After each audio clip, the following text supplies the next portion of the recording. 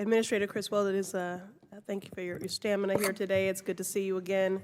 Thank you for joining us today and for your leadership. In the face of repeated climate disasters, mass violence, and humanitarian crises, the workers of FEMA represent the very best of public service and deserve the support of Congress. Attempts by Republicans, many of whom are climate and science deniers, in the face of a frequency of events that were once anomalies, but I digress, attempts by Republicans to question the integrity of FEMA workers is a direct attack on FEMA's mission. Its mission is especially vital for our constituents, many of whom face not only the loss of homes and livelihoods, but also lasting emotional and psychological trauma in the wake of such profound loss.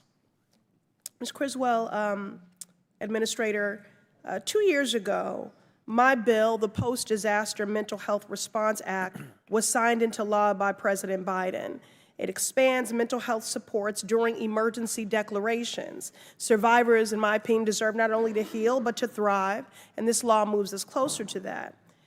As someone who is deeply committed to addressing trauma, I'm proud to have partnered with you and FEMA in this fight.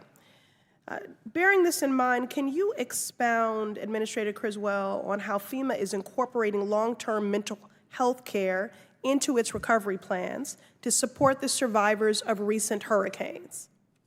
Congresswoman, I appreciate your partnership in pushing that bill forward, because the impact that these citizens have after a disaster is traumatizing. And what we don't want to do is re-traumatize them with the delivery of our programs.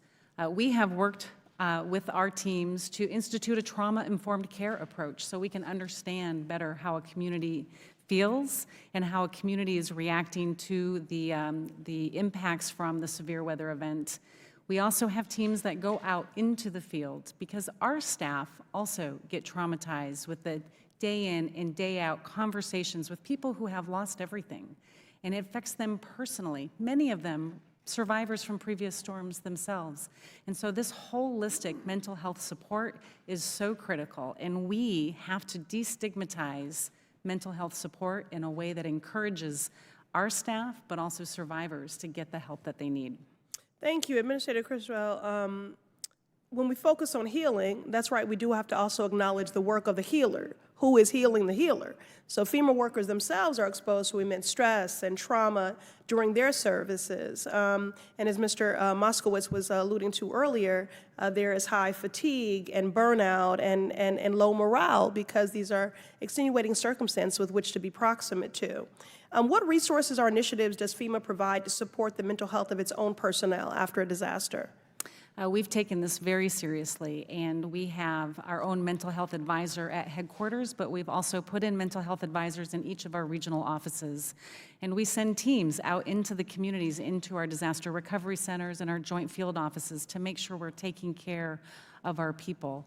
And even back at headquarters, we will do stand-downs to make sure that we're providing the assistance that they need, making sure they know the resources that are available to them, and that when we ask somebody, how are you doing, we're not just doing it in passing, and we're really listening so we can understand the stress that they may be going through, and encouraging them to take a break if you need a break, but come back so you can help these people.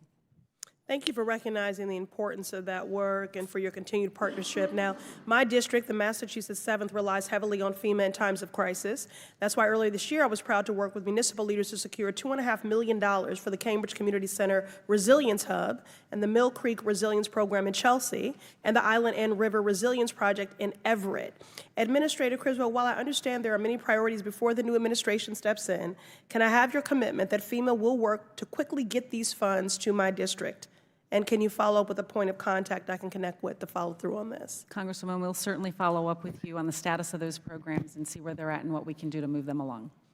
Thank you. Like every district represented in this hearing room, the Massachusetts 7th depends on FEMA's ability to do its job. We cannot turn the agency into a political game. Instead, we must ensure FEMA and its workers have the resources, respect, and public confidence they need to continue their work. Our constituents deserve nothing less. Thank you. I yield back.